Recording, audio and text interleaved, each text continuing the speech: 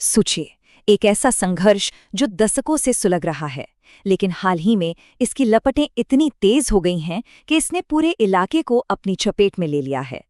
आज हम बलूचिस्तान के इसी विद्रोह की कहानी को परत दर परत समझने की कोशिश करेंगे।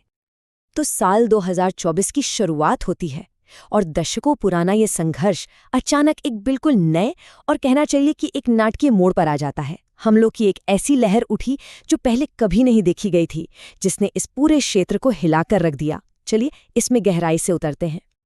तो सबसे पहले बात करते हैं कि हाल में ऐसा क्या हुआ, कैसे कुछ हमलों ने इस पुराने संघर्ष में एक नई जान सी फूंक दी और इसे दुनिया भर की सुर्खियों में ला दिया। देखिए, ये कोई छोटे मोटे बिखरे हुए हमले नहीं थे। बलूच लिबरेशन आर्मी, जिसे हम BLA कहते हैं, उसने इसे नाम दिया ऑपरेशन हिरोफ। ये एक सोची समझी कोऑर्डिनेटेड कार्रवाई थी जो कई जिलों में एक साथ की गई। उन्होंने सिर्फ सैन्य ठिकानों को ही नहीं बल्कि पुलिस और राष्ट्रीय इंफ्रास्ट्रक्चर को भी निशाना बनाया। और खास बात ये कि उन्होंने बड़े पैमाने पर फिदाइन यानी आत्मघाती हमलावरों का इस्तेमाल किया, जो उनकी बदलती रणनीति का एक बहुत ही खतरनाक संकेत है। और इसका असर सीधा आम लोगों पर भी पड़ा। जरा सोचिए, मार्च 2024 में जाफर एक्सप्रेस जैसी एक पैसेंजर ट्रेन को हाईजैक कर लिया जाता है। ये घटना अपने आप में बहुत कुछ कहती है। ये दिखाती है कि विद्रोहियों की पहुंच अब सिर्फ दूर दराज के इलाकों तक सीमित नहीं रही, बल्कि वो राष्ट्रीय महत्व की चीजों को भी निशाना बना रहे हैं। तो सवाल उठता है कि आखिर ये लोग हैं कौन? इन हमलों के पीछे कौन है? चलिए अब जरा इस संघर्ष के जो मुख्य खिलाड़ी हैं उनके बारे में जानते हैं। तो देखिए, इस मैदान में मोटे तौर पर दो बड़े खिलाड़ी हैं। एक है बलूच लिबरेशन आर्मी यानी BLA और दूसरा बलूचिस्तान लिबरेशन फ्रंट यानी BLF। BLA जो साल 2000 के आसपास बनी, वो बड़े और काफी सोफिस्टिकेटेड हमलों के लिए जानी जाती है। उनका मकसद साफ है, बलूचिस्तान के लिए पूरी आज़ादी। दूसरी तरफ है BLF जो 2003 में बनी। इनका तरीका थोड़ा अलग है। ये छोटे छोटे लेकिन लगातार गुरिल्ला हमले करते रहते हैं, खासकर दक्षिणी बलूचिस्तान के इलाके में। अब कहानी में एक और दिलचस्प मोड़ आता है BRAS के साथ। इसका पूरा नाम है बलूच राजी आज़ूई संगर। आप इसे एक तरह का गठबंधन या अलायंस समझ सकते हैं जो 2018 में बना। इसका सीधा सा मकसद था अलग अलग विद्रोही गुटों, खासतौर पर BLA और BLF को एक छत के नीचे लाना, ताकि वो मिलकर और भी बड़े और कोऑर्डिनेटेड हमले कर सकें। ये उनकी बढ़ती हुई स्ट्रेटेजिक सोच को दिखाता है। लेकिन ये सब हो क्यों रहा है? अब तक हमने समझा कि क्या हो रहा है और कौन कर रहा है, पर सबसे बड़ा सवाल तो क्यों का है। और इसका जवाब पाने के लिए हमें इतिहास में थोड़ा पीछे जाना होगा, क्योंकि इस विद्रोह की जड़ें बहुत बहुत गहरी हैं। तो देखिए, इस संघर्ष की पहली चिंगारी 1948 में ही भड़क गई थी, जब कलात रियासत का पाकिस्तान में विलय हुआ और इसके खिलाफ पहला विद्रोह हुआ।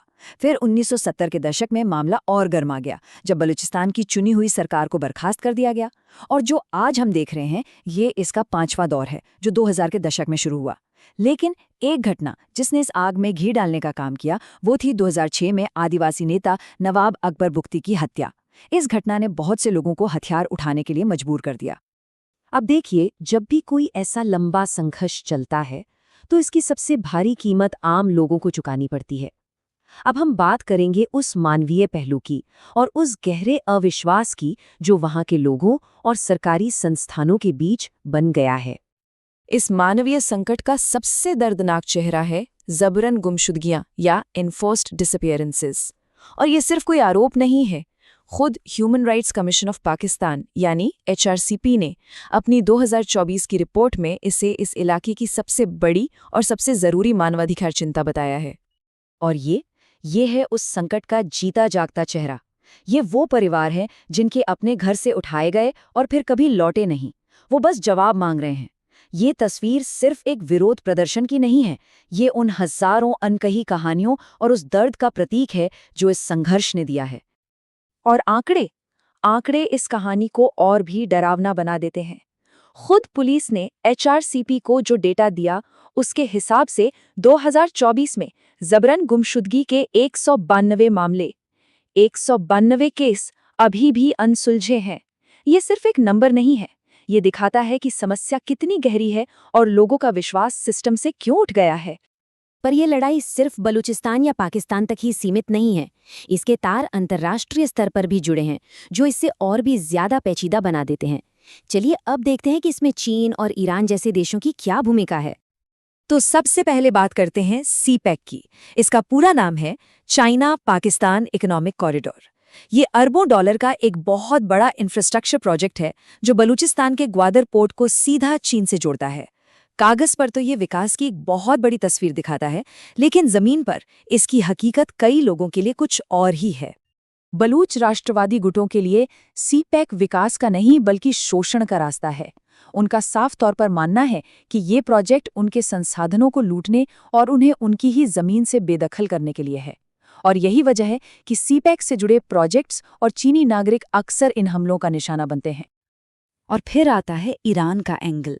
देखिए, बलोच आबादी सिर्फ पाकिस्तान में नहीं बल्कि सीमा के उस पार ईरान में भी रहती है, तो जाहिर है इस संघर्ष की आग सीमा पार भी फैलती है। पाकिस्तान और ईरान दोनों ही एक दूसरे पर आरोप लगाते हैं कि वो विद्रोहियों को अपने यहाँ पनाह देते हैं, और कई बार तो सीमा पर सैन्य झड़पें भी हो चुकी हैं, जिससे पूरे क्षेत्र में तनाव बढ़ जाता है। तो इन सब के बाद हम आज कहाँ खड़े हैं? साफ है कि ये विद्रोह अब एक नए और ज्यादा खतरनाक दौर में पहुंच चुका है और इसका भविष्य अनिश्चितताओं से भरा है।